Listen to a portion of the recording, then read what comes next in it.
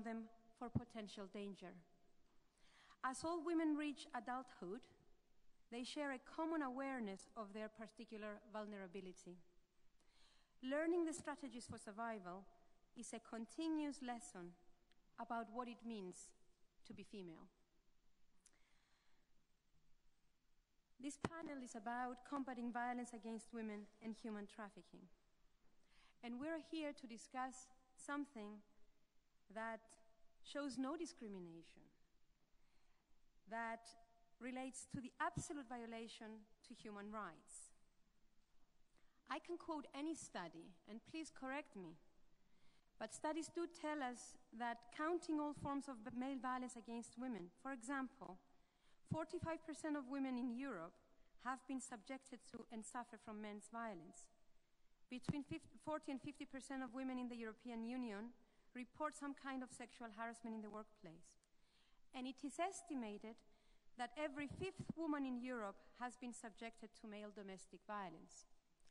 You can go to any part of the world and find precisely the same statistics. So we can talk about progress and we can talk about moving forward, but there isn't a single country in the world, and please name one if there is, where women are free from violence, and there isn't a single area in any woman's life where she's not exposed to the threat or ultimately to the realization of acts of violence. Violence against women knows no geographical boundaries, no age limit, no class distinctions, no race, no cultural differences. And yet, it's trivialized. Yet, it's depoliticized. Yet, the voices of women are often silenced. But it is a structural phenomenon, and that's why it is to be found in all parts of the world. And despite international conventions, we have yet a lot to do. What we see also with democratic uprisings, for example, now in North Africa and the Middle East, we've seen this in the previous panelists, we're looking at, when it comes to time of political unrest, sexual and other violence are on the rise as well. But these times are also times when women have more of an opportunity to make their voices heard and shape their countries' and regions' future. And when it comes to gender-based violence, it's also crucial, of course, to talk about the fight against trafficking in women. For one, women in conflict zones and in emerging democracies, we find that general violence is rife. The struggle for survival, and women are even further vulnerable to recruitment to trafficking. When it comes to domestic violence, it's considered a contributing factor to creating new vulnerability for women. So this is what we're here to discuss today, and I'm conscious of the time that Josefina Tobali, Speaker of the Parliament in Albania, will have to leave in the next 10 minutes, unfortunately. So I want to come back later. And therefore, I'd like to give her first the floor. And what I'd like to come to you about, Ms. Tobali, amongst your many impressive activities, I was reading your biographical note, and then I was looking at all the awards you have received. You have been recognized for your activities in campaigns on the struggles against violence against women in general, domestic violence more specifically. And studies show that up to 95% of all acts of violence taking place in the home are male violence against women. And I want to quote you from sitting there before. You say, but, you know, the doors are open. And I want to ask you, what kind of concrete initiatives can parliamentarians take to influence structural reforms to a very structural problem of domestic violence? What can we do? The doors are open. Tell us what we can do. Thank you very much, Miriam. It's easier to raise the question, it's more difficult to find the answer. And first, the domestic violence is not a private issue, it's a public issue. But to realize that, we have worked years and years on how to sensibilize the society and to let that arrive in the rational way to understand that this is not a question to remain in the room and as a private issue. Second, it has been a taboo. I have to be sincere, to talk about the violence when this violence is exercised inside the family, at home, against the mother or against the children. So the first step has been how to raise the awareness of our society. With my colleagues in the parliament, with my staff, we went all around the country, in many villages, in many cities, talking to them. But when I say talking with them, in this meeting, there have been hundreds and thousands of women. And it was the first time that in my country, it was organized a tour, I have to say it, a tour, to discuss such a so sad, a complex and difficult themes. Later, we organized a plenary session, but not only with a parliamentarian, but with professor, with medicine, with judge, with police, with local government. We voted in our parliament a law against the domestic violence. Okay, this is a legal basis, a legal instrument. It was very good that was voted, but was not enough. So we have to coordinate the instrument that these legal bases give to all our power and institution to find the way how to open the doors. What is the result?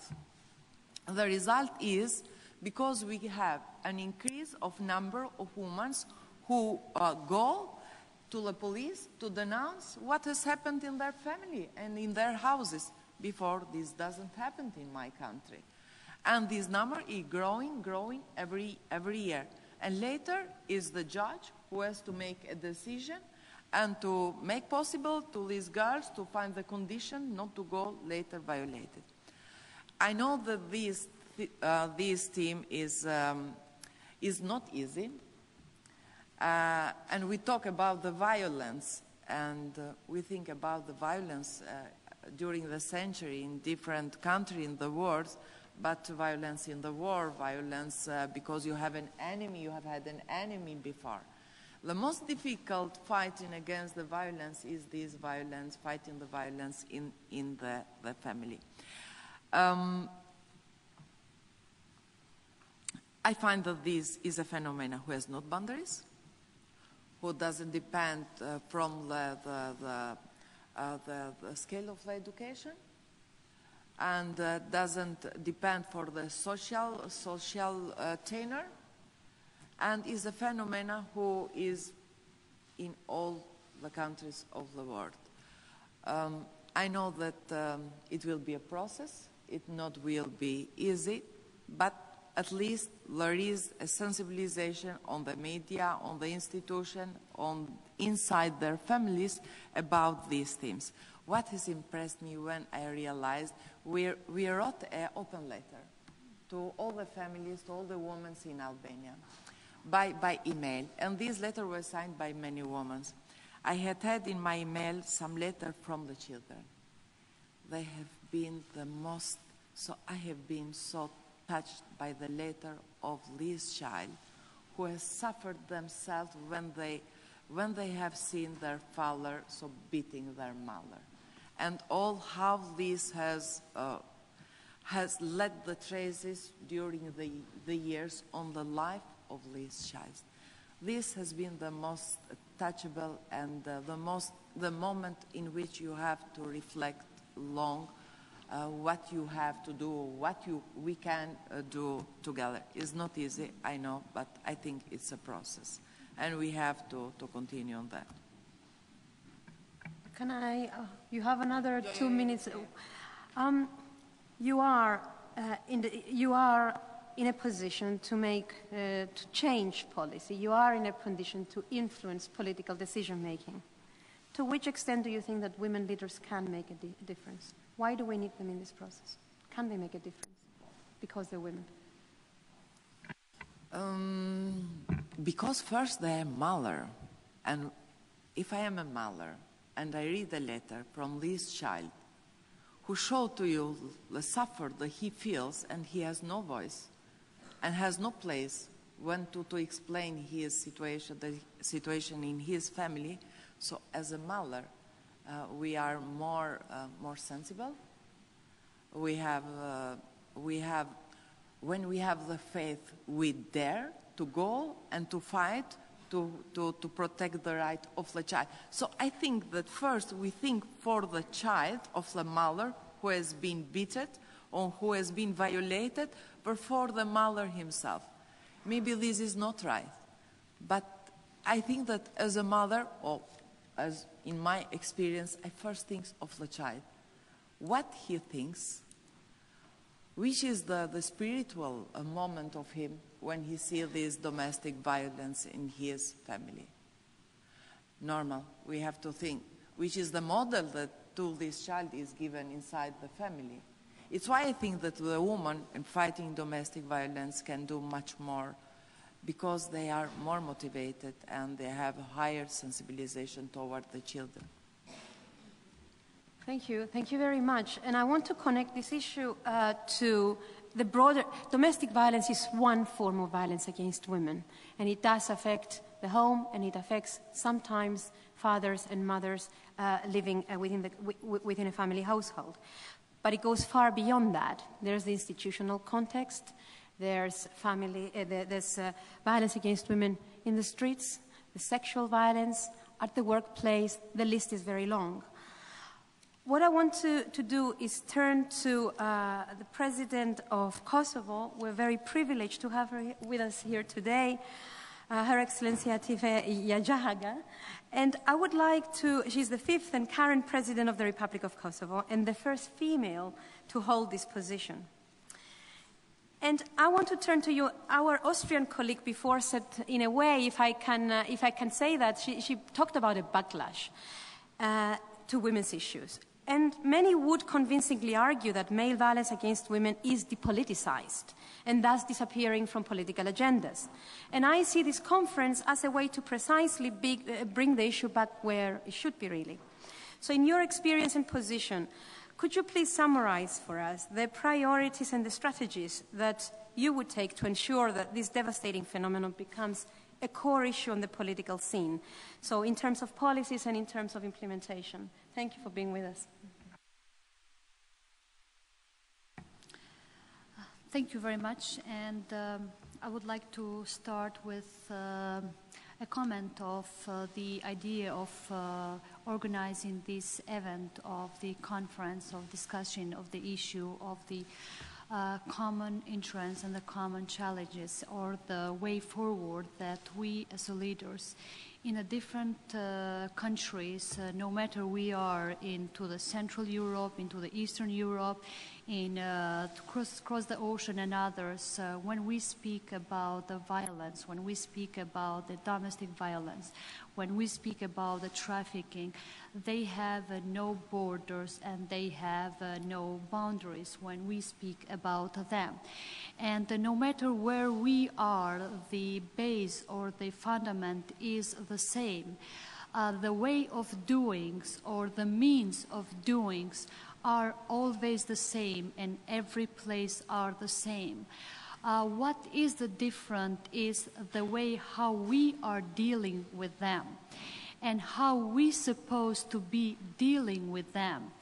And because the democracy is being challenged, not because of the idea, but because of our performance, or better saying, of the non-performance. And the idea of bringing so much of men and women here today shows the commitment that there is no difference and there is no limits of approaching or addressing this phenomena.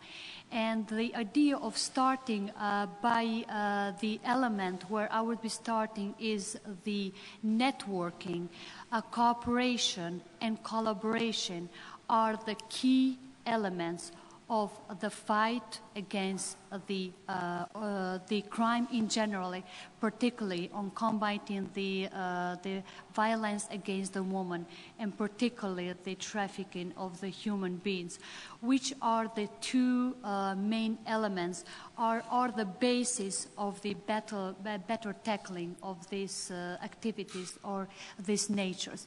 And without the cooperation, without the collaboration, before the cross-country cooperation, it's more than impossible to fight these activities. Because I come to from the part of the world or the country which you all know that has been undergone for over 10 years of the conflict or the war, which has, for a country of about 2 million of the people, has about 25,000 women who has been raped. And this was mainly for the political reasons. Some of people will say that, oh my God, for less than a period of several of years, having over 25,000 women being raped and used our means of the use of force and the torturing and other levels. In the today's world and into the today's means of dealing with the issues, it's really way too much. And in today's century, discussing about this, it's really involves a different perception or the different concept. While Kosovo, it's also being considered as the success story into the region and much wider. Why? Because within 10 years of this, starting with a conflict, war, and then going for continuous several years of the post-conflict or the transition and post-transitional processes, so many of the positive aspects or the elements has been achieved in our society, in our institutions as well. Kosovo had also the presence of the United Nations beginning of 1999, and which has started by establishing the rule of law. Somebody here has mentioned the rule of law, which is very crucial on the element of the level of the combating violence against the woman and the trafficking.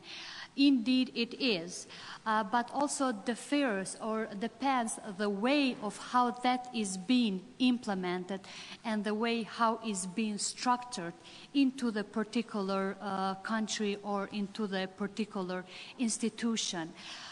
Intentionally, I didn't mention the presence of the United Nations because it started with about 5,000 or 6,000 police officers at that time, were belonging to about over 50 countries, members of the United Nations. And we were come to the country which was coming out of the conflict. Which the huge violence was used in different levels of the society, but mainly towards the woman and towards the children. And the presence of the woman into the peacekeeping operation was only about 2%. That's way too little. How you are going to lead by an example. But our country, our institution that time, did take the framework of establishing, in accordance to the resolution 1325, trying to adopt these structures within the rule of law concept, within the police organization. By starting to set up the structure of the units of the domestic violence, starting in the central level and all the way to the local level. Somebody earlier did mention here that there was an hesitation in the beginning to report the cases. Yes, in fact, we did have, and we still do have the hesitation of the reporting of the cases of the violence against women or the domestic violence. But I wanted to make the difference between the violence against women, which was a post-conflict or just after the conflict, where in the beginning we did not do so much because as the country, particularly the international community, was so much concentrated on building and rebuilding the country and the state that they didn't pay so much of the attention towards the victims who were the victims of the violence during the conflict and during the war. And not so much in the beginning was done into the resocialization and integration of these women and the children within our society. But we have improved it after the first year dramatically, after the huge involvement of our National Women's Network, which is the strongest network within our country, which involves about 67 non-governmental organizations within the country. So they have mobilized immediately of expanding and trying to lobby and bring more of the organization who will be focused mainly into the violence against the woman and mainly into the resocialization and integration. While from the other side, the country and the local institution were mainly based or focused of establishing the proper legislation or the legislative frameworks and the policies out of the structure which was necessary into the police and into the justice part as well. A few years ago, the national strategy on the domestic violence was initially launched into the country, which has increased the number of the cases up to about 50%, if I'm not wrong, of the cases being reported out of this strategy. While, because the strategy itself, it involved the action plan, where mainly a part of the action plan was doing a lot of the campaigns within the community and within the municipalities in the country. A year after, we have launched, or the government of the Kosovo has launched and has approved the law against the domestic violence and the violence against the woman. And out of the Albania, I think we are only few countries in the region which has adopted that legislation or the legislative framework on the dealing with this nature. Also, a lot of efforts was being paid into the more enforcement towards the reporting of the cases, but particularly prosecuting of the cases, where a lot of job has been done by the police and by the justice elements as well, where a year after it was resulting having 60% more than 1 year previous to that of the resolving of the cases of the violence against women, which was a tremendous achievement for the country who has been for 10 years in the conflict and coming through the continuous challenges of the post-conflict and the continuous transition. And so going back more specifically to your question that how the countries and how the leadership has to be conducted in this regard is that the legislation and the policies are the base or the fundamentation on the tackling. Then it follows the resources, the financial training and other one which has to be following out of that. Thank you. Thank you very much. I was very interested to hear not only the initiatives that you have taken, but the idea that, number one, you had civil society very much engaged in this process, in this dialogue with you. And then obviously the issue of monitoring, because I was going to ask about what about implementation. Having the legislation is not enough, and it's encouraging to see that you go back to see exactly how that legislation is implemented. I want to continue maybe asking you a couple of short questions, and one would relate to specific. You talked about violence against women more broadly, and I would of course put trafficking in women as a fundamental part of this violence, of this phenomenon.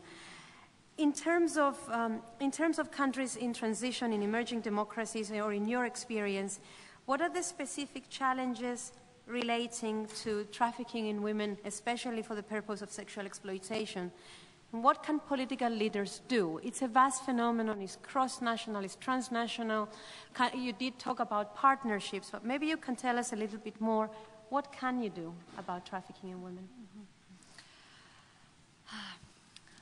Before going to the, no, it's not a difficult question, but it's also what my previous speaker has said, Madame Topali, is that there is no difficult question, but there is always a difficult answer, and the way that is being received by the recipients.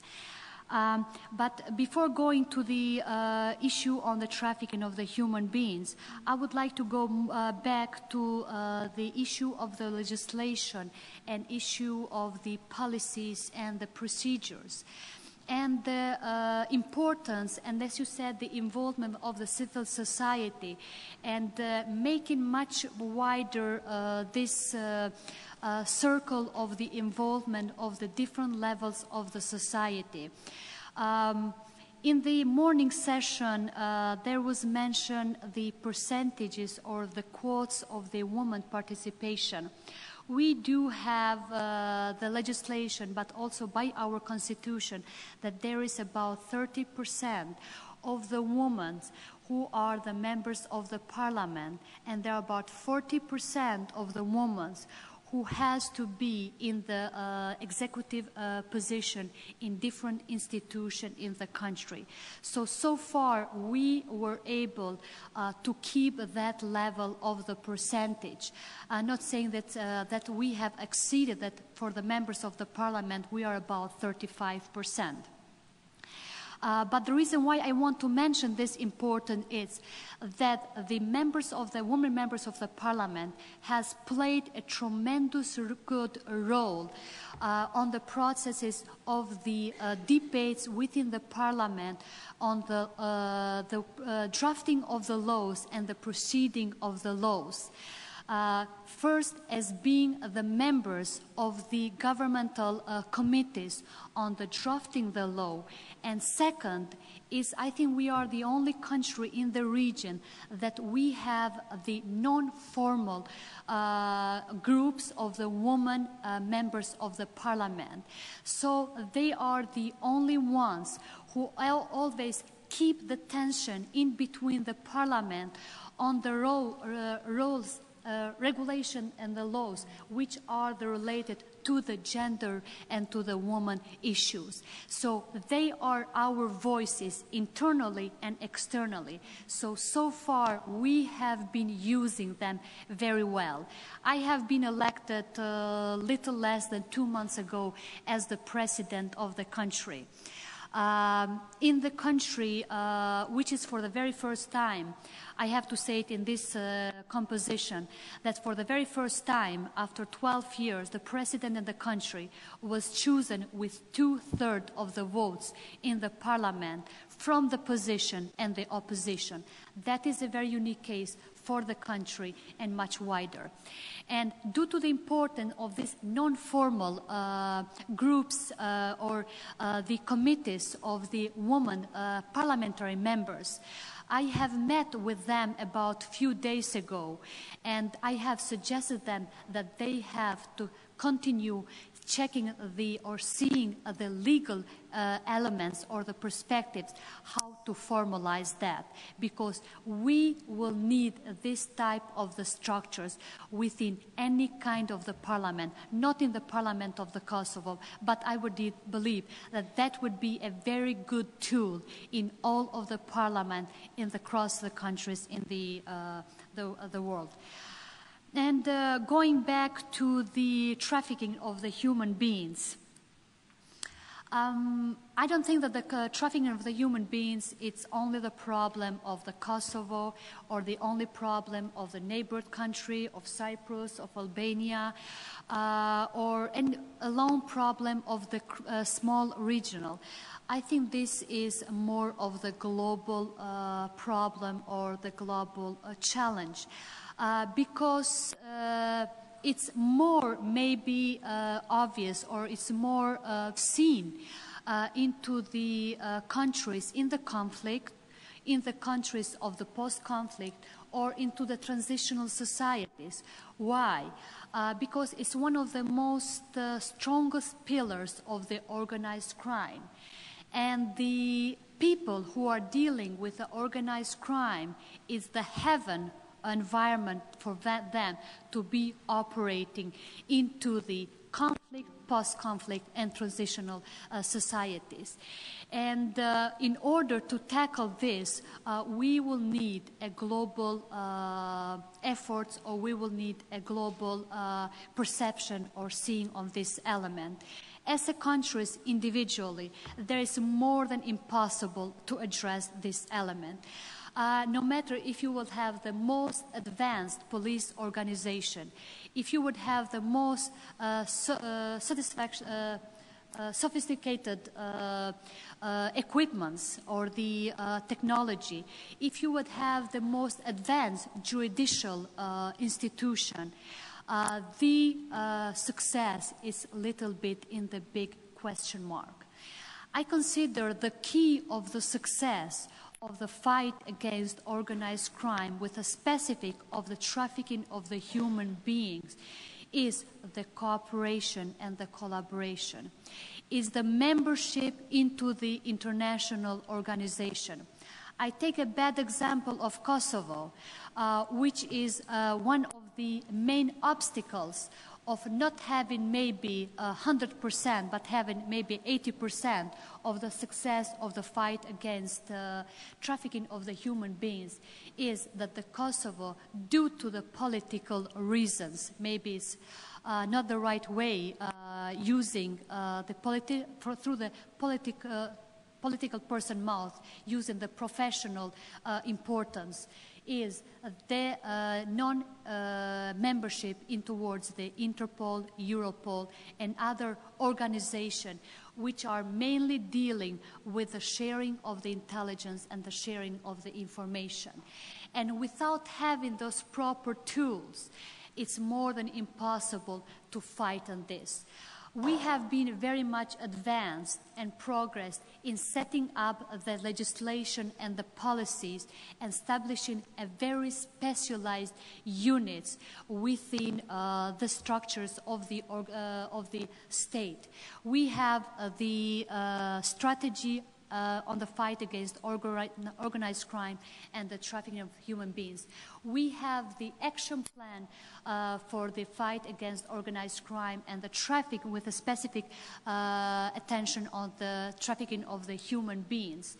We do have the specialized units with more specialized manpower and the equipment within the police structures. And we do have the specialized units within the jurisdiction and the prosecutor elements. And we do have also the shelters, we call them shelters, for the care afterwards. But the success, it's still not in the level where we require. Why? Because of the cross-regional and the regional cooperation and international cooperation. And we can make that difference of setting up the proper foundation of the future cooperation, that on the elements of the trans-border, of transnational crimes, the key of the success, despite of the manpower, despite the specialized structures, and despite of the legislation, it is also the regional and cross-regional cooperation. Thank you. Thank you very much. A big challenge, and one that's very close to my heart as the anti-trafficking coordinator for the Commission, for the European Commission. So on that basis, I think I will shift my initial notes here and maybe move to Eva Biodet. And let me first again congratulate you on your award this week. I think we're all very proud of you for the Trafficking in Persons Hero for 2011 award. I want to continue with trafficking, since we're on this subject, and UN sources tell us that up to 80% of the overall numbers of victims of trafficking are women, and that half of all the victims of trafficking for the purpose of sexual exploitation. We are, of course, referring to possibly millions of women and girls victimized at any given moment. And I want to ask you a specific question. Some of you may be aware that the European Union has recently adopted legislation coming back to your need for cross-national and transnational cooperation. Legislation on trafficking in human beings, that is a very comprehensive tool in the struggle, in the fight against trafficking in human beings. And the economic reality is, of course, that human trafficking is driven by profit. If no one pays for sex, then you don't have sex trafficking. Of course, that's a very simplistic way of putting it. If we don't pay for goods produced with any amount of slavery, then we don't have forced labor. But it is very complex, and it has to do with the supply as well. And my question to Eva would relate to how we could best address the demand and the supply, and at what level. What are the main issues there? And to borrow from the President, is regional cooperation part of the answer? Thank you. Thank you. Thank you. I would like to start to say that I'm very grateful for this acknowledgement of that U.S. State Department and Secretary Clinton gave me this award, one of 16. I was not the only one. But I must say, I think I must thank all the people who have worked with me and all of you in the OSCE, but also in Finland and in different ways on this agenda. I don't think one person can do it alone. I think it's absolutely a result and an acknowledgement to all our work in this matter. So in that sense, I'm really grateful for the wonderful work that so many people are doing in this field, many of them also sitting in the audience. I agree with a lot what the President of Kosovo said, and I think that looking at the history of anti-trafficking work of Finland, I must start, even if I will come to the question that you, even if it's very vast too, I must say that when I first became a parliamentarian, member of Finnish Parliament in 1991, I had the great advantage to be a part of a big group of women parliamentarians. It was the first time where there were more than 40% of women in the Finnish parliament. Be it that women in the Finnish parliamentary and political history always have played a very important role. And I want to say this because I do believe that it makes a difference also in our fight against human trafficking, of course, in many issues. There was some research done in Finland on the role of women in politics and on the sort of does it make a difference thing. When Finland had celebrated 100 years of full political rights of women a few years ago. And the remarkable thing was that women from all political groups were key in issues of social development and equality. And they, more than their sort of equivalent men. It wasn't just one party. Of course, there were differences there too, but women in all the political groups. So there are common agendas. Of course, women have different ideas and sort of politics, but there is an agenda which has to do with, one among others, security in our daily life, freedom, our possibilities to live and to give sort of a good life for our children. And a lot of what used to be private, women brought to the political agenda. So in this way, I also must say that when I came to Parliament, there was this feeling that women want to make a difference and to build on what women previously have done, and that now we were so many that we could. So we also did this network thing. So we had a network, cross-political women's network that absolutely played an enormous role also in creating the anti-trafficking legislation. Of course, the international cooperation was key, and Beijing and Palermo and so forth. But to make it really happen in Finland, I think the women parliamentarians were key.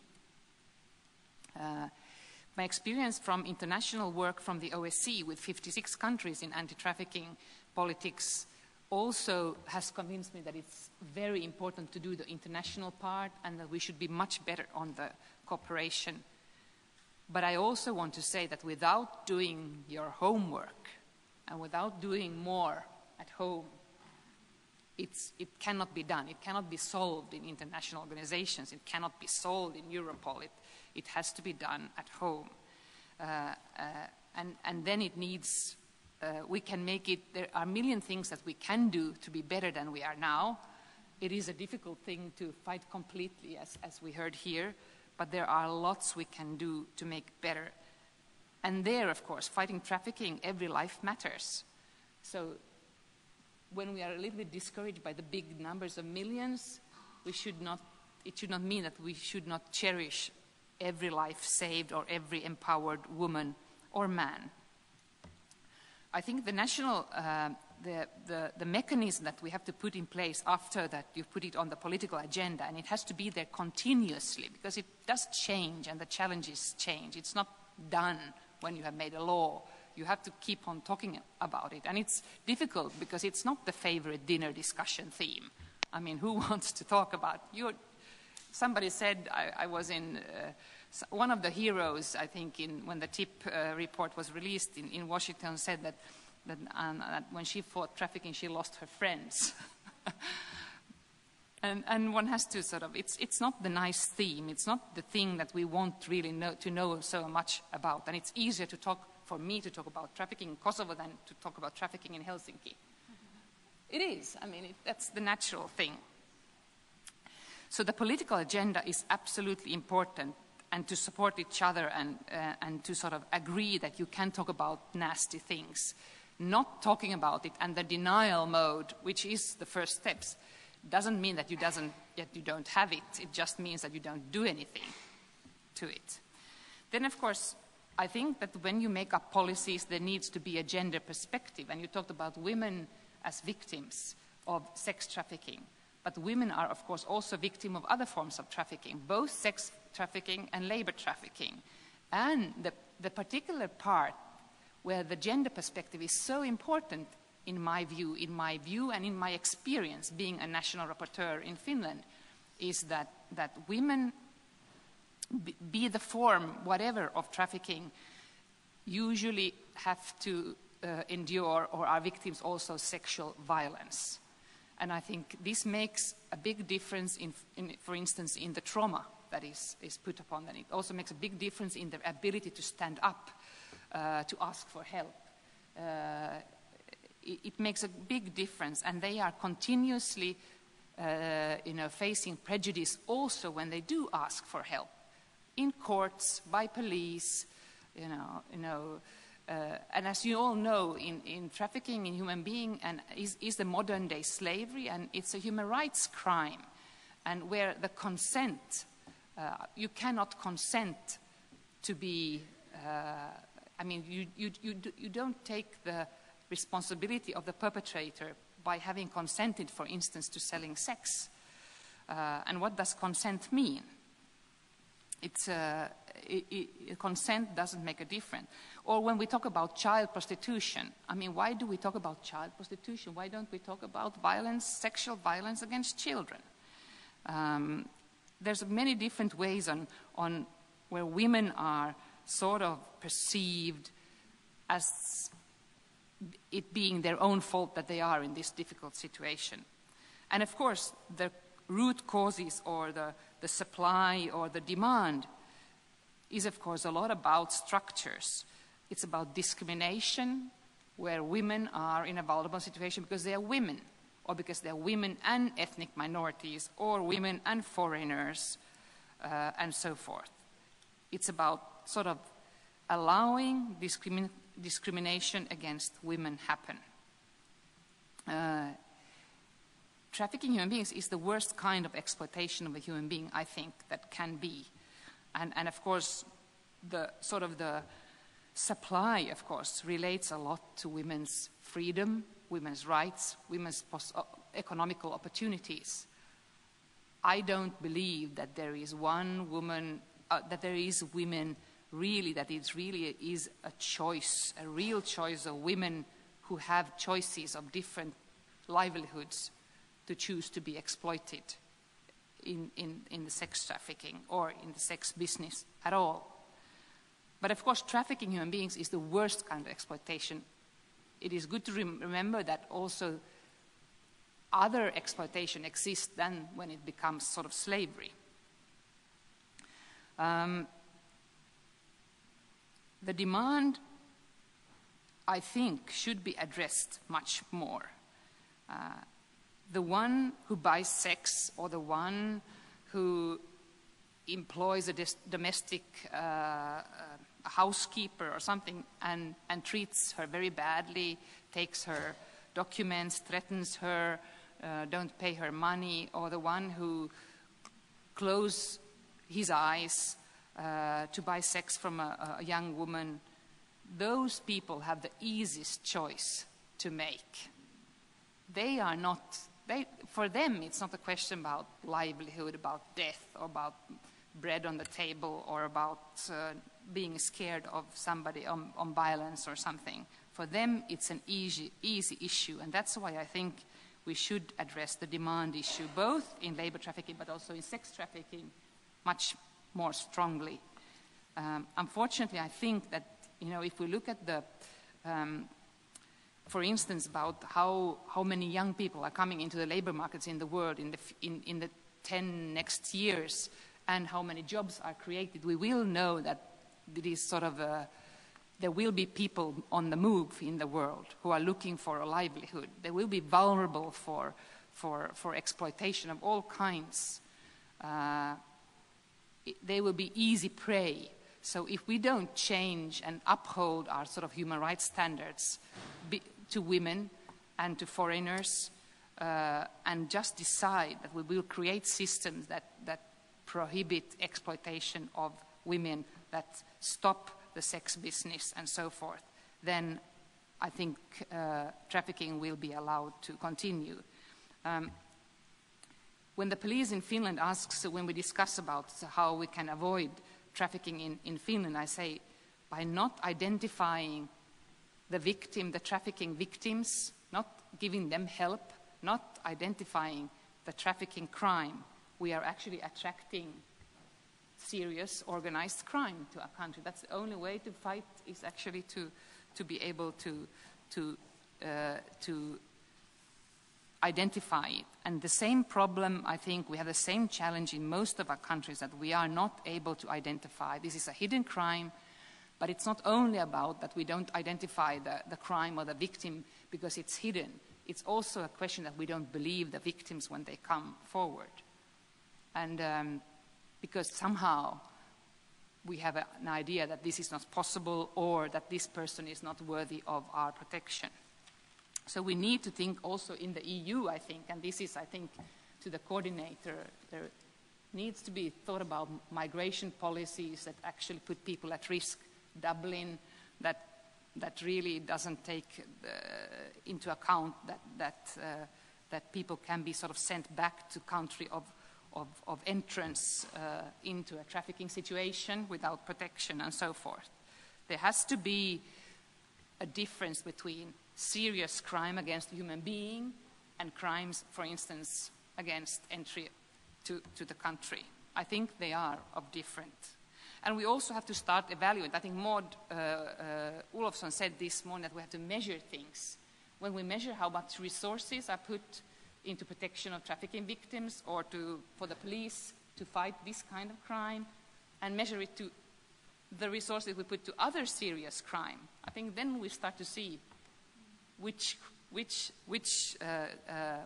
prioritized, what is the political agenda.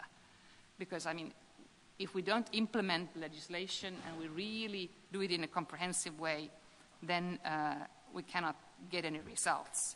So I think we need to work on all of these levels, but I definitely believe that the destination countries have a big role also here, and a big responsibility to fight this crime and to protect the victims.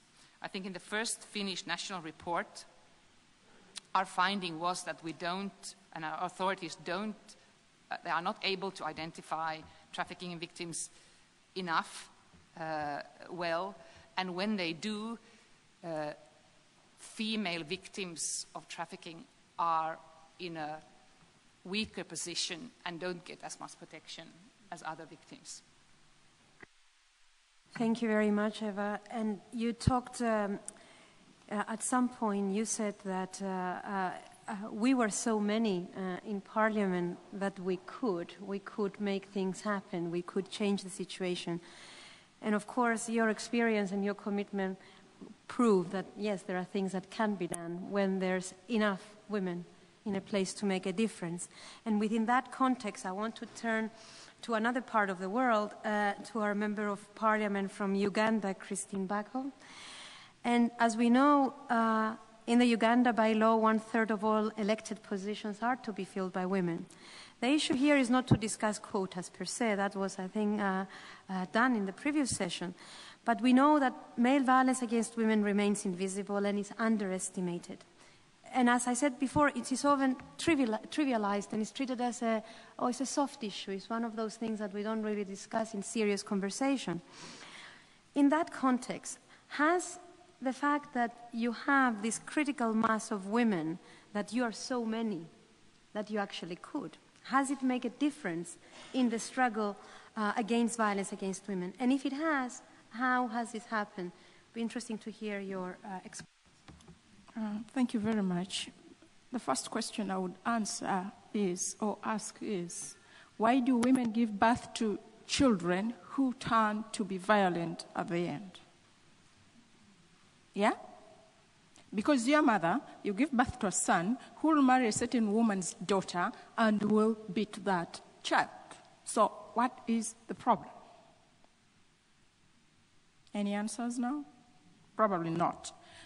And then the other question would be, why is violence prevailing in social and cultural, probably within religious convictions, within governments, and governments have been silent about it? Then thirdly, if the two are put together, what will be the impact of women legislators in order to avert the crisis? My experience in the last parliament and in the current parliament is that certainly there's legislation in place. In Uganda, there was an exciting example. The law against, the domestic violence bill stayed in the shelves for over 25 years. But it took just one day to pass it. And why was it passed? Because a very big senior government official who was a general in the army was killed by his girlfriend. And so men got to realize that domestic violence is real. So that afternoon, we had to put it on the order paper. The men realized it needed to be passed before they could go for burial. Now, that's the extent to which the dynamics are operating. So we need to be asking questions and answering questions at the same time. If there is violence in our countries, who are the beneficiaries of such violence? If somebody is operating a brothel and is carrying these young girls from all over the world, who is benefiting? And where are the proceeds of such an investment going? If it's organized crime, and we know it's organized, what are governments doing to track down the criminals?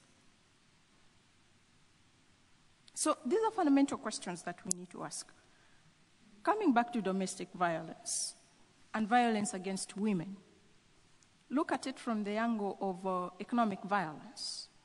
When you're denied the right to go to school, which cripples your ability to understand the societal injustices around yourself, can you even be able to understand that what is happening to you is unfair and just?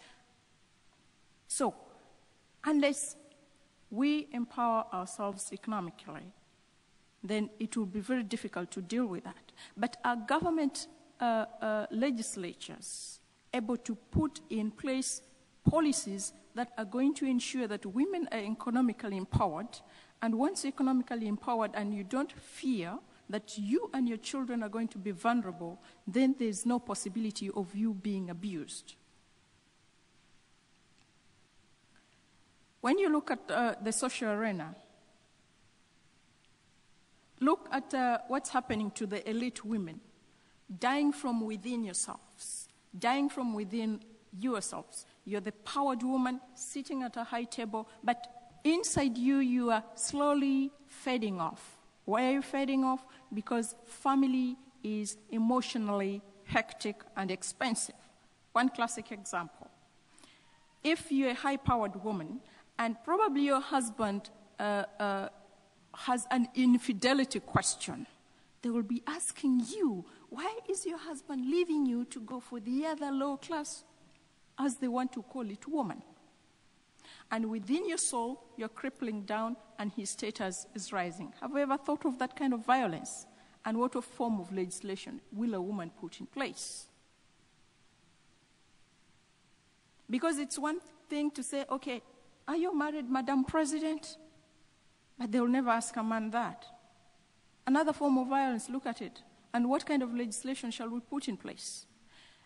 A high government official probably has had an affair with a girlfriend and has got that girlfriend pregnant and doesn't want that child to come out, and is telling this little girl, you've got to terminate that pregnancy.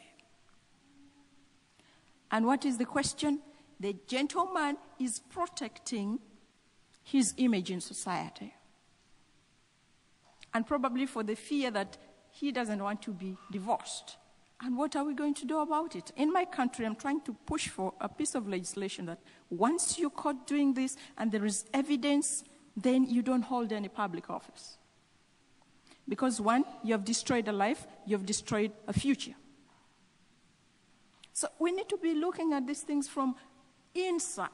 Because probably the reason that you are raising a child who turns out to be violent is that you raise this child up in an emotionally expensive and hectic environment.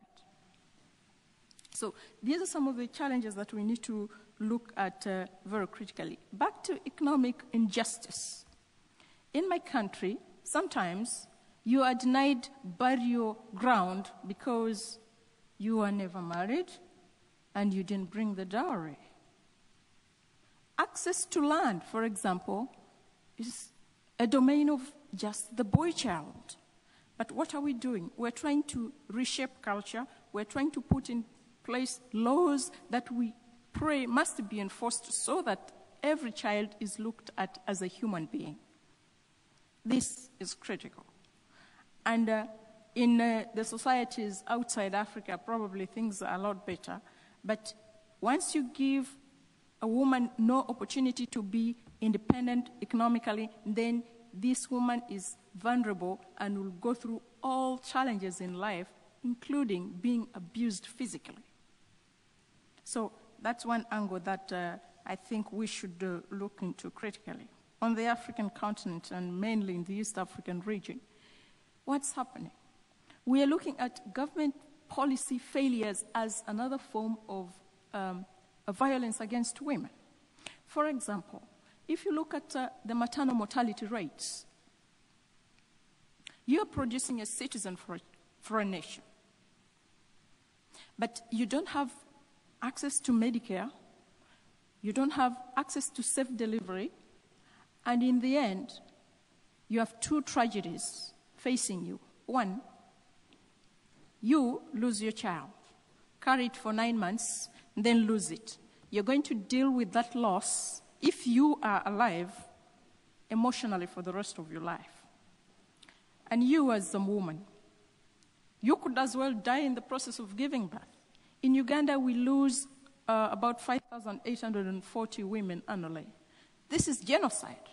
And what has government policy done? If there is government policy failure related to women, then the women should not talk about it. But the question is, who are the backbone of these economies? It's women. So what should we do? We should task governments. In fact, when I begin my responsibility as a member of the African Parliament, mine is to lobby the financial institutions like the World Bank, the ADB, the IMF, to see to it that government policy, if it's not related to reduction of maternal mortality, which is in itself genocide, then there is no need to lend to these kind of countries, because these are countries whose economies are sustained and probably managed better by women. So we should be looking at that angle in the same time. Then you look at investment priorities, because many times we're looking at the laws, Look at how your budgets are functioning. Are budgets gender-friendly? In my country right now, we are having this crisis with the maternal mortality, but my government expended a lot of money, about $700 million to procure jets. This in itself is violence. If there is a crisis this side, and you're directing resources to the wrong investment portfolios, then there is a crisis here. You are indeed a criminal because you are investing in non-priority areas. So government policy must be aligned with critical areas that should ensure that such violence, including death, is averted. Then primarily, when you want to end this, you are in parliament. Many women aspire to be in that kind of position. Look at the operating environment of most parliaments. You have the males, they have dominated. How do you get them to pass on pieces of resources to issues that will really improve the lives of women? I'll give you a classic example. They were bringing a loan to renovate the presidential palace. I lobbied my fellow members of parliament. The first step was to have a tour of the health centers around the country. When we came back, the issue was, there is no way you can pass this loan unless you bring a loan for safe motherhood. So we threw out 5 loans. Before we could pass any of those, we said, bring a loan that will improve maternal health and child health. So we secured $130 million first. Once we passed that, we said, okay, gentlemen and ladies, you can bring the rest of the loans. What were we doing? We're trying to avert a crisis, because if, as a mother, you are dead and you have these orphans around here, they will grow up traumatized children, and that is continuous violence. If you grow without esteem in life, how can you be a defender of rights of women?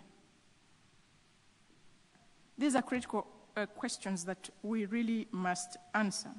And pieces of legislation. We outlawed in Uganda female genital mutilation. We outlawed it. But what's happening is that the little girls are being trafficked to Kenya to be mutilated in plantations. And we bring this to government attention. Look, this is what's happening. And then you have the police telling you, we don't have the resources. And you see the same police officers attending expensive conferences where they're taking a lot of money. So where are we investing? And probably to ask a question, who is alive because there was no woman? Nobody. So why are you alive? Because a certain woman connected you to her own cord. That's the reason you must invest in the health and the well-being of everybody, because life starts with a woman and probably ends with her. How many men get to the sick bed when you're saying your last prayer? Probably to be your mother or your aunt. So when we're talking about violence, we're talking about things that are real. And if you're to secure the world, there is no way you will secure it without securing the safety of women. Thank you.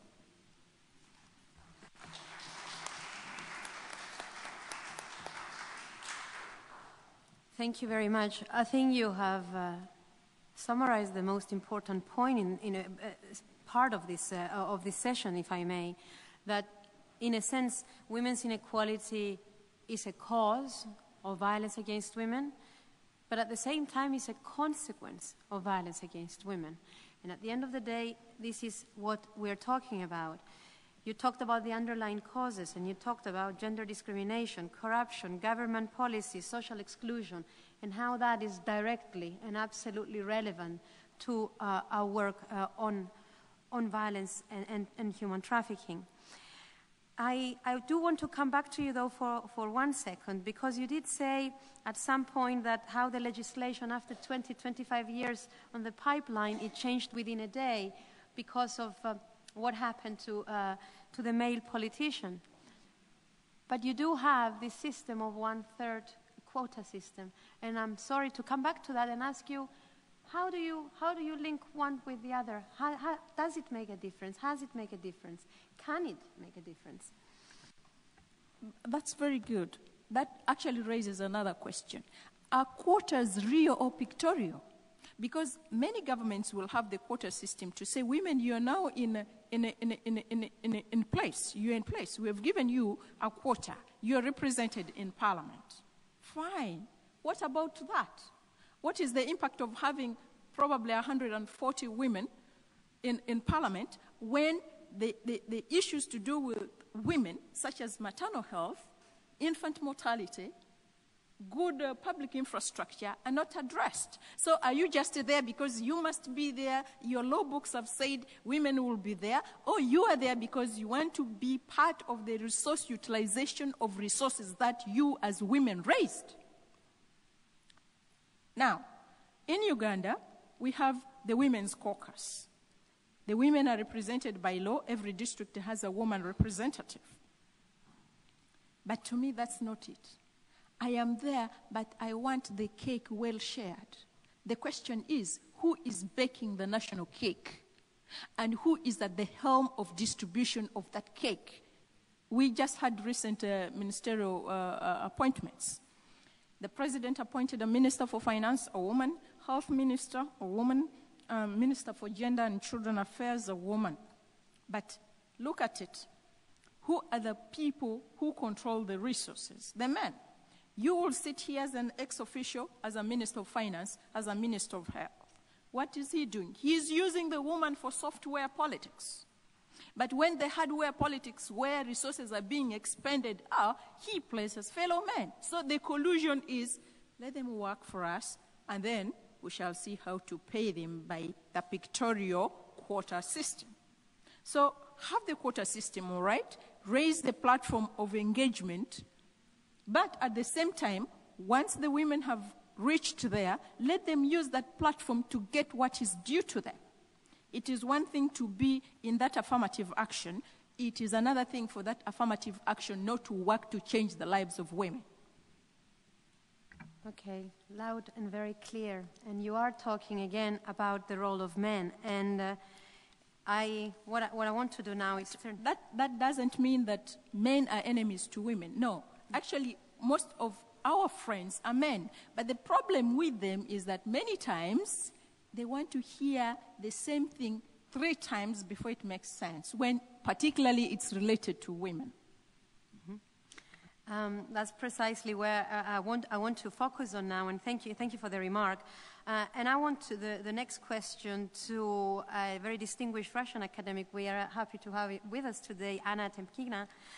I want to ask you on this topic that always causes a heated debate, and there's 2 elements in my question. Maybe I'll make both questions, and then you can decide how best to address it. The first thing is that often we talked about violence against women, and I say, well, actually it's male violence against women, and they say, no, there's also violence inflicted by women to other women. There's women's violence against men, as per the example we heard before. There's men's sexual violence against men. But when we talk about violence against women, we are talking predominantly and to a very large extent about a structural phenomenon that is the male violence against women. How do we ensure that this remains at the core of the political agenda, or should we? That's one part of my question. And the second part of my question relates to the role of men. Where are the men in this process of dealing, addressing, and tackling violence against women, male violence against women? And I talk about male violence against women in the structural sense. Okay. Thank you. Thank you very much for the possibility to discuss this sensitive and important issue. And what I would like to add to our discussion, this is really a very important question, and I think that very much of the answer depends on cultural and structural condition in every society. And for example, if I will speak about Russia and maybe some other countries, then we begin to discuss this issue from the structural violence and from the culture of violence in society, which is extremely high in contemporary Russia. Not only Russia, but in Russia it exists very high level of violence in culture, lack of negotiation culture in the society, and then every weak group became vulnerable. And it could be children, it could be gay men, it could be elderly people, it could be ethnic minority. And so every group which is considered to have lack of resources could be vulnerable in the sense of violence. And then I think that it is not easy to discuss violence toward women without taking into our attention general structural and cultural violence. But at the same time, there is special vulnerability of women.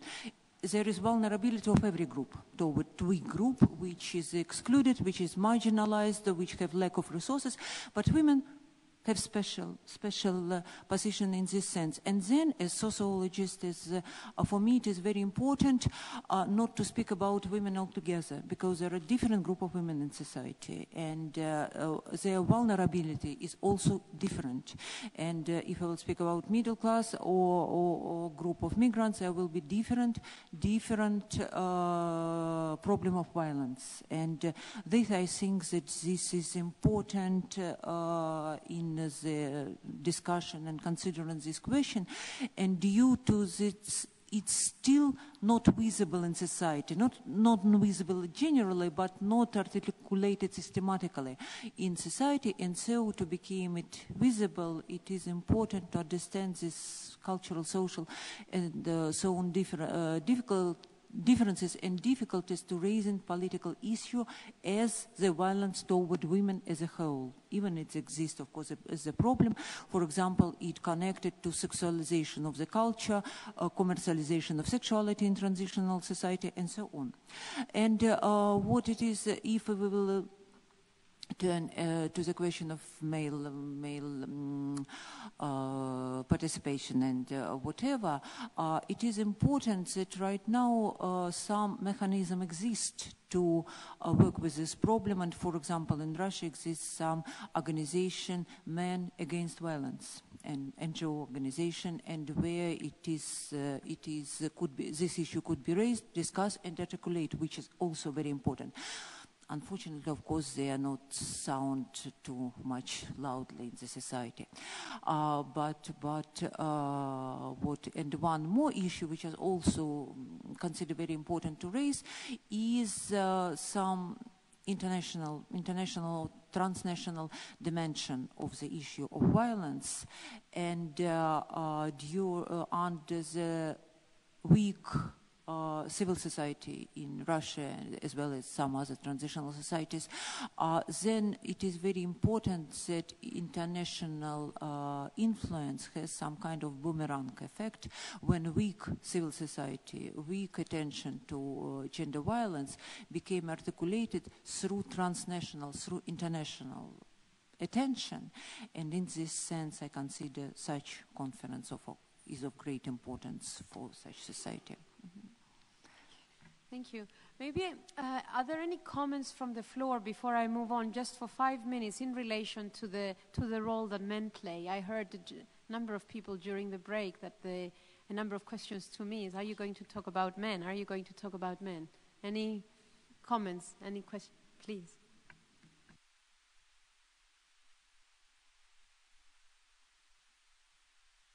man doesn't beat a woman or any other bigger ones. And that's a very good way, because I was almost already trying to take your attention when you said that the women now are educating the children. All children have both the mother and the father.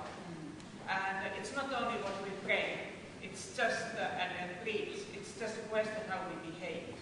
And I think that this is also the question. And I do believe also in adult education.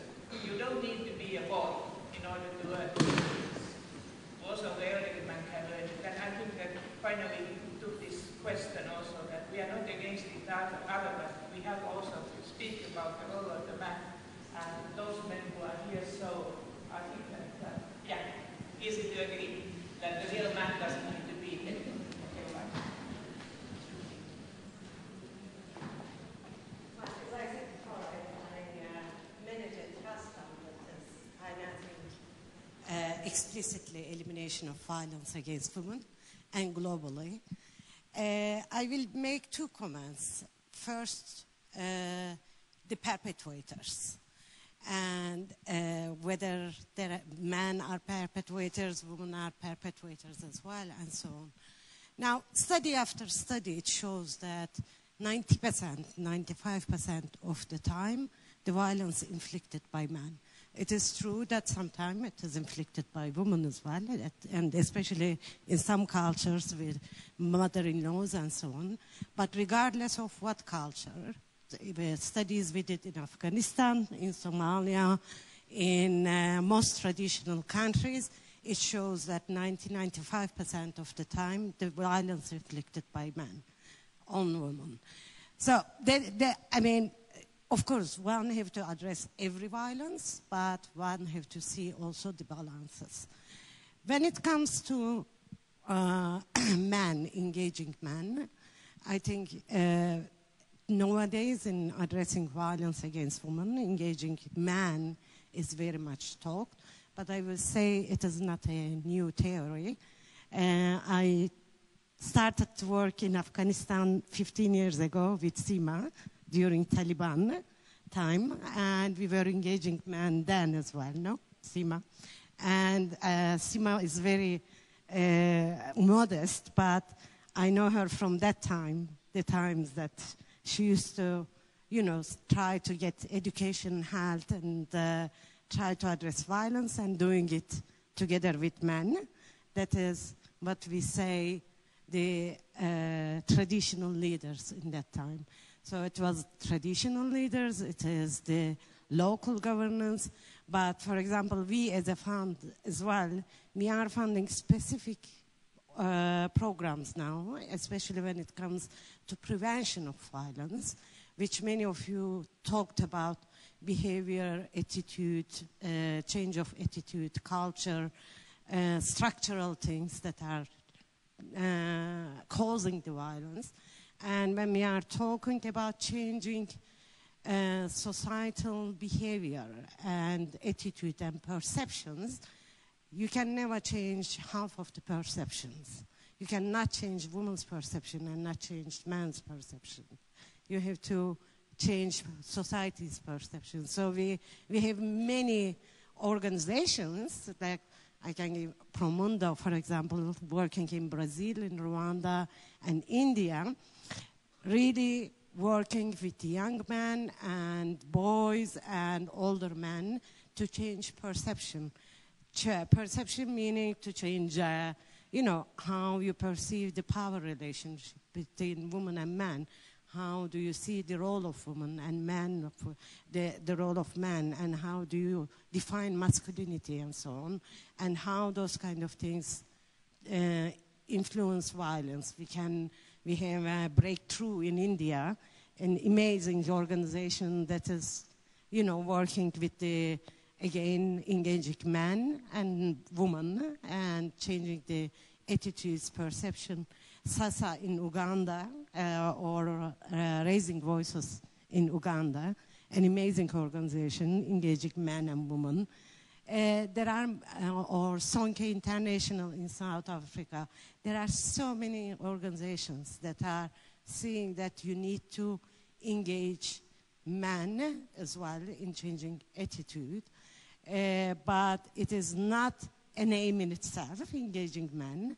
It is part of a more complete strategy that is being taken. So it is also very common now that women's issues are not only women's issues. I mean, it is everybody's issues, social issues, whether it's violence or participation of women. So it is normal that the whole society will take responsibility with individuals and institutions.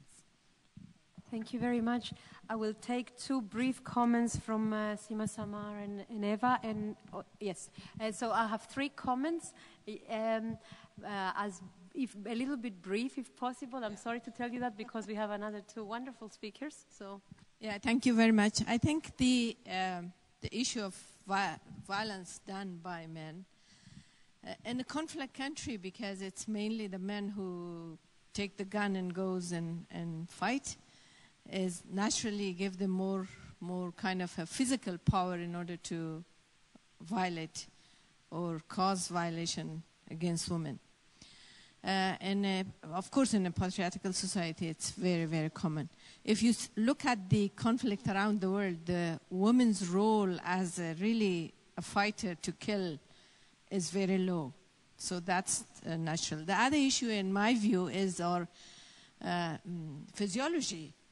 Because you don't hear any rape done by a woman.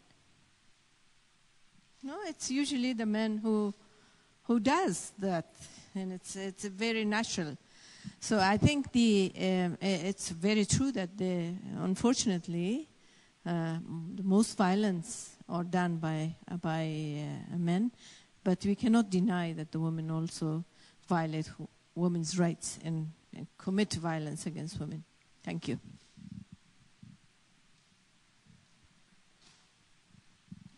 Hello. How are you? Thank you very much. I'll be very brief. My name is Kim Campbell, and I'm actually a former chair of the Council of Women World Leaders. And in my previous incarnation, I served as Justice Minister in Canada as well as Prime Minister and passed legislation revising our sexual assault laws. And it was very interesting that this was the Rape Shield Law, which came to be known as the No Means No Law. And I actually live in France now. And very interesting to watch the discussion around Dominique Strauss-Kahn, where there seems to be a confusion between being somebody, who has a lusty sexual appetite and being a sexual predator. But when my legislation passed in the Canadian Parliament, it was supported by a great many men who understood that the fear of sexual assault was something that women lived with all of the time. And I think all of us could go on forever. So let me just make two quick points. One of the things that was really important in Canada, and one of the advantages of getting old, is that you actually do see progress, you do see change, and the world is very different in my own country from what it was when I was a young woman. And one of the issues relating to domestic violence was that it became, as you suggested, a public issue. So that we have now in certain parts of the country where law enforcement, because the law enforcement isn't exactly the same everywhere because police department's different, but most police departments have zero tolerance policy with respect to domestic violence. In other words, if they're called on a domestic violence call, it isn't, and domestic violence is difficult because women often don't want to press charges against the person who's the breadwinner in the family. So I think we have to be subtle in our understanding of the complex issues relating to women dealing with these situations where they are abused by the person who may be the breadwinner in their family, and which is why economic empowerment of women is very important so they can afford to escape. But we no longer see domestic violence as something private. There used to be a time when if there was a domestic violence, the police would come and then they would say, no, we can't get involved. That's a private matter. We don't think that anymore. And that, I think, is a great development. We've also seen other areas where women have been empowered. When I was a young woman, women couldn't open bank accounts without their husband's approval, etc. That's a thing of the past in Canada and many other countries. And just one final thing I would say, that I would really reinforce the statement that was made about the synergy between domestic and international policy. Because a number of years ago, when Louise Arbour was the chief war crimes prosecutor at The Hague, systemic rape was made a war crime.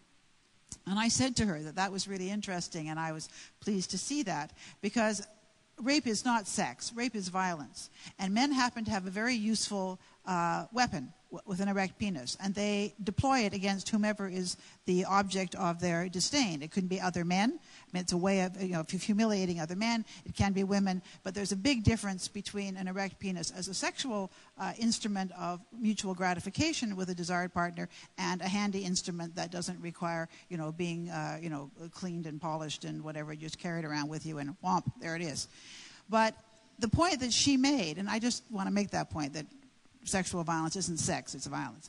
But she made the point that domestic legal developments were really important in creating the foundation for international legal developments. And I remember once being at a conference in Washington where a Chilean woman said, how do we convince our men that it's not okay to rape? And my hair sort of went doing, because I thought, my goodness, are we actually asking that question someplace?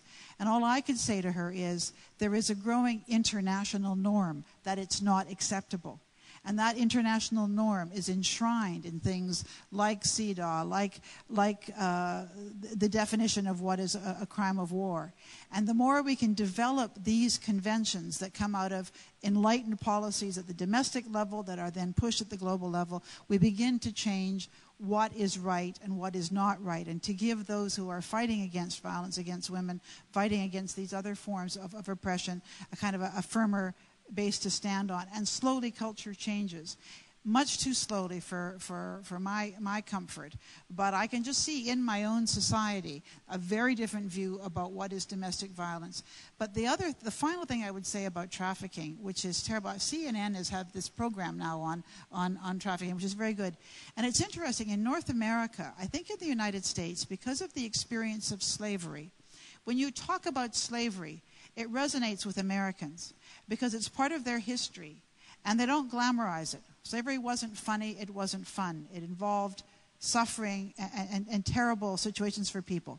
If slavery isn't part of your cultural memory, maybe it's easy to dismiss trafficking as some kind of inconvenient thing. And I think calling it what it is, which is slavery, people are taken and deployed in ways that are totally against their own volition. And people who are trafficked are slaves, and they should not be thrown in jail. Slavery, it's not a crime to be a slave. It's a crime to enslave.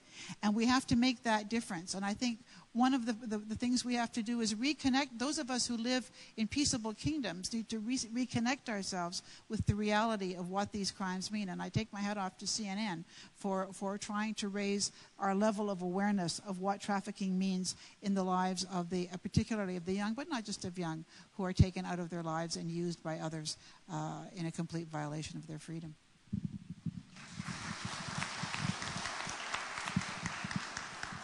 I'll take one brief comment and then move back to the panel, and then hopefully we have a bit more time for questions. Thank you.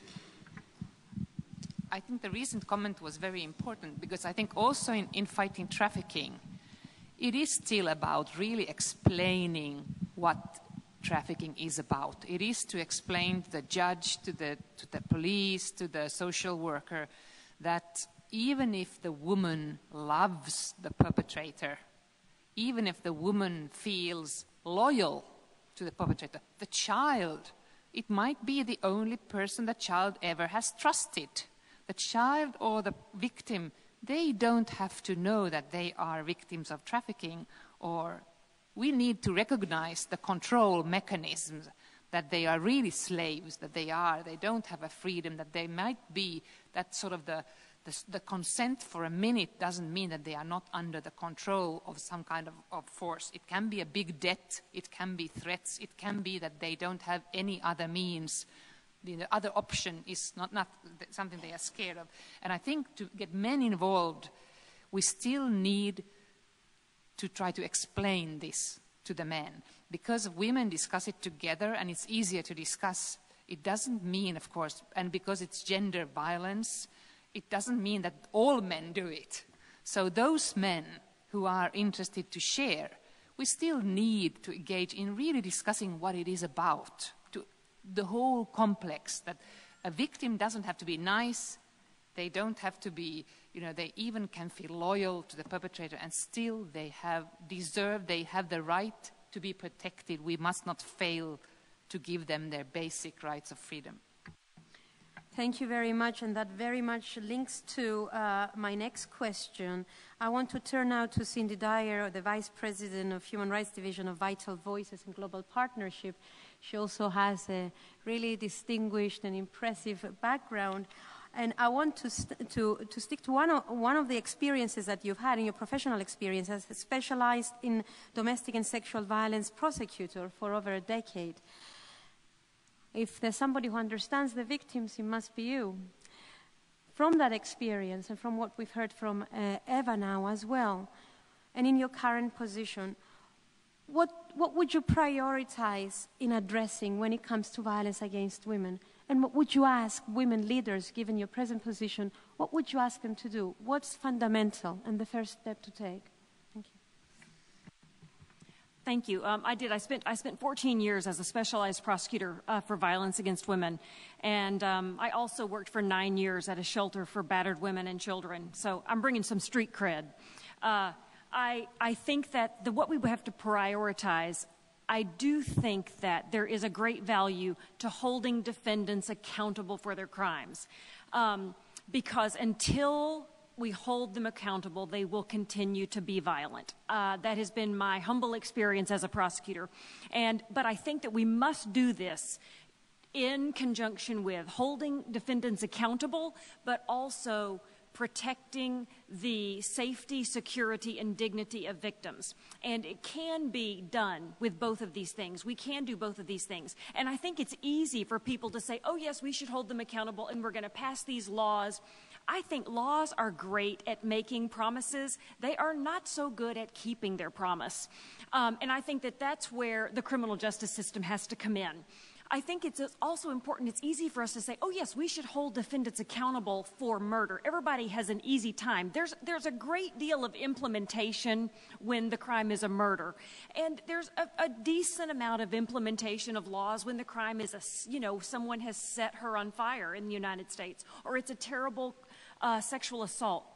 But the fact is, we've got to hold defendants accountable before it gets to the murder and before it gets to a serious assault. I used to say, I actually left my job as a felony prosecutor to join the fledgling violence against women unit. And I remember having this male prosecutor tell me, Cindy, you're such a good prosecutor, and great prosecutors prosecute murder cases. And I said, no.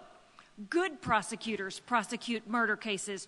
Great prosecutors prevent murder cases. And that is done by aggressively prosecuting assaults and batteries and slaps and punches. And so that is where we need to focus our efforts. Yes, we need to prosecute the murder case, but let's start prosecuting them before it gets there. But we do need to do it in a manner that protects victims and respects their safety and security and dignity. And it's possible to do that, but it's easier when you have well-trained prosecutors, well-trained police officers. And when you're doing the training, by the way, you don't start with how to investigate and prosecute a case. Start with why they should bother to do so. Because until you convince police and prosecutors that it is the right thing to do, they're not going to listen to you. So I really do think that really good training is a starting point. And then we can really make a difference when we all work together. Thank you very much. And this is, of course, very much at the core of the issue. I hope to have the time to come back to this. But what I want to focus on right now, we've heard a lot about policies. We've heard about political leadership. We've heard a lot about tools, about methods, about ways forward. At the end of the day, what we're talking about in this room today is a grotesque violation of human rights. It is the most fundamental of human rights, personal to human security. And in that context, I feel very privileged to have with us the UN Deputy High Commissioner for Human Rights, Ms. Khan. I'm a personal fan, and I'm very happy to have you with us. Your office has the unique mandate for the international community to promote and protect all human rights. And I repeat, this violence against women lies at the core of that. So within that context, I'm very eager to hear from you, to put this in this broader framework, and hear predominantly about, number one, the challenges, and number two, the opportunities in all of our democracies, but predominantly in emerging democracies and post-conflict situations, having heard from the experiences in the room, to addressing violence against women and specifically trafficking as well. And to finish, what would you prioritize from your particular position and position to change things, the power to change things, over what needs to be done within that context? Thank you very much for being with us.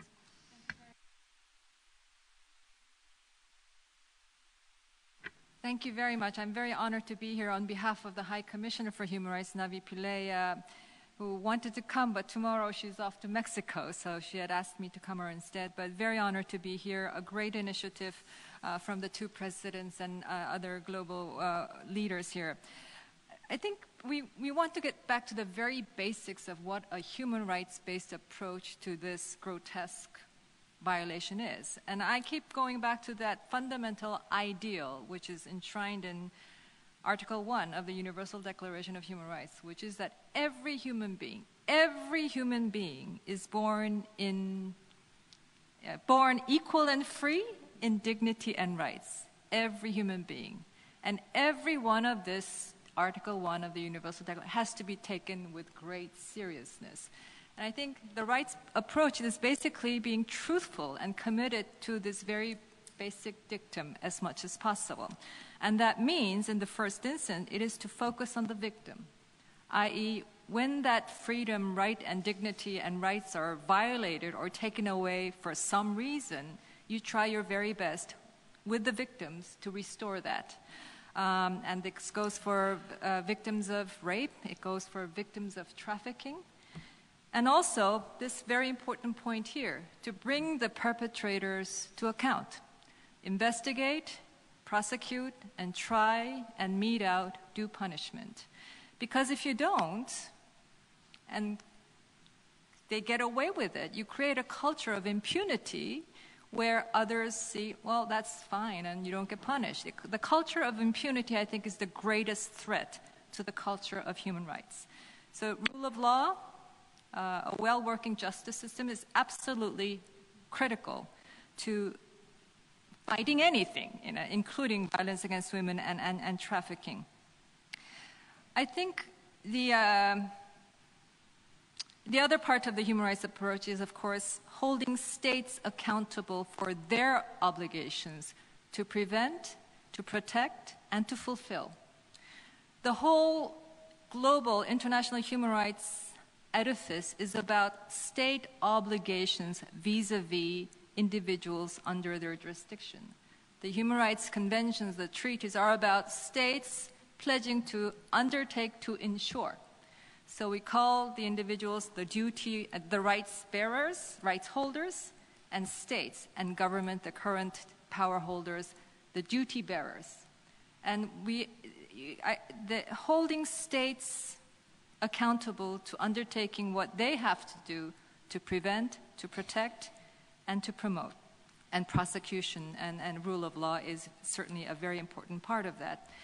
I think what's happening in the North African countries, the Arab Spring, is a period in history in many of these countries where there's a positive energy, there's a positive tension created by this certain explosion of the people's aspiration to be more free, to have more rights, and to not have oppressive regimes breathing down their back. And this is a very positive energy, and it can only be positive because it's been created by the people's aspiration. And I think we have a unique moment in history for these countries and the region, for any of us who can do anything about it to come and help to maintain this positive momentum toward positive change and not let it slip into negative energy and play it out in a regressive kind of fashion. And you do see signs of that where you have fundamental voices arguing against some of the changes that these people on the streets, women, want to bring about. the verdict is still out there, and all the more the reason that we have to show solidarity and support to the women, the courageous women in these countries who are riding on this positive momentum to bring about the change. The Arab Revolution is, I think, could be a women's revolution, because a lot of the problems of human rights and the oppressive governance that had been in place, at the core of that was keeping women as second-class citizens. Violence against women, trafficking, at the core, we all agree it's discrimination. And discrimination, whether it's based upon traditional practices or laws or structurally. So I think getting at the core of that discrimination is the very principle of the fight against violence against women and trafficking, and in fact, all human rights violations for that matter. You know, the logic is very simple. You're discriminated against. You are therefore kept as a second-class member of society. You are kept voiceless. You are kept disempowered. You get less social service. You don't get educated. You don't get health service. You are kept illiterate. You're unable to claim your rights, and you're marginalized, and you're in a situation of vulnerability. You become victims of violence. You don't have the tools or wherewithal to do anything about it.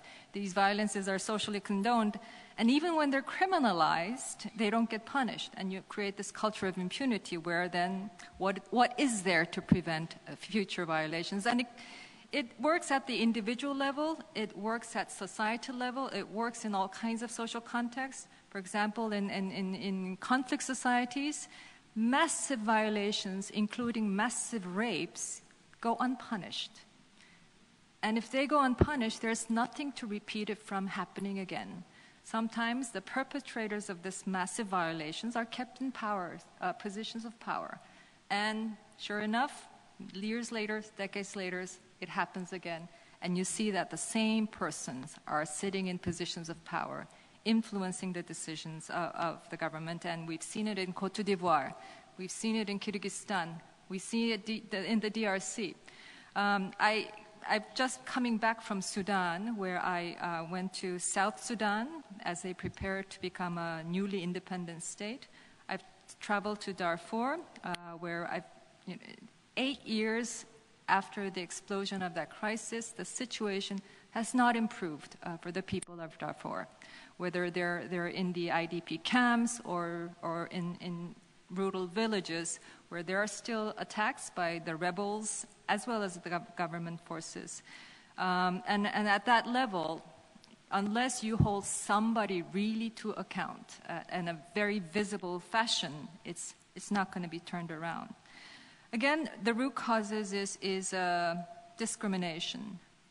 And I think at the international level, there can be all kinds of mechanisms to deal with the symptoms of this discrimination.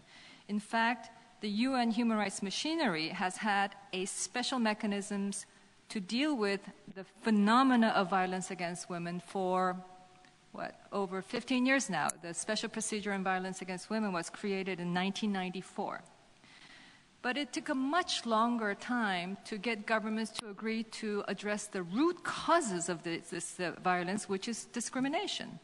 In fact, Beijing Declaration and Program of Action 1995, of many commitments it had made, it had said, governments commit to eliminate discrimination in law by the end of the 20th century.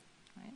So 1995, they say that. 2000 comes around, there's a review conference, and it's clear that not much has been done to eliminate discrimination in law. And so there's a renewed commitment to that, and at that point, governments said, maybe we need a special mechanism to squarely address this discrimination in law and practice. Very resistant to get to government to address the root causes. So, but finally, 5 years later, there is now a new mechanism in the Human Rights Council, and it was created in the Human Rights Council because I myself and the High Commissioner have very personal commitment to addressing this issue. So there's now a working group on discrimination in law and practice against women.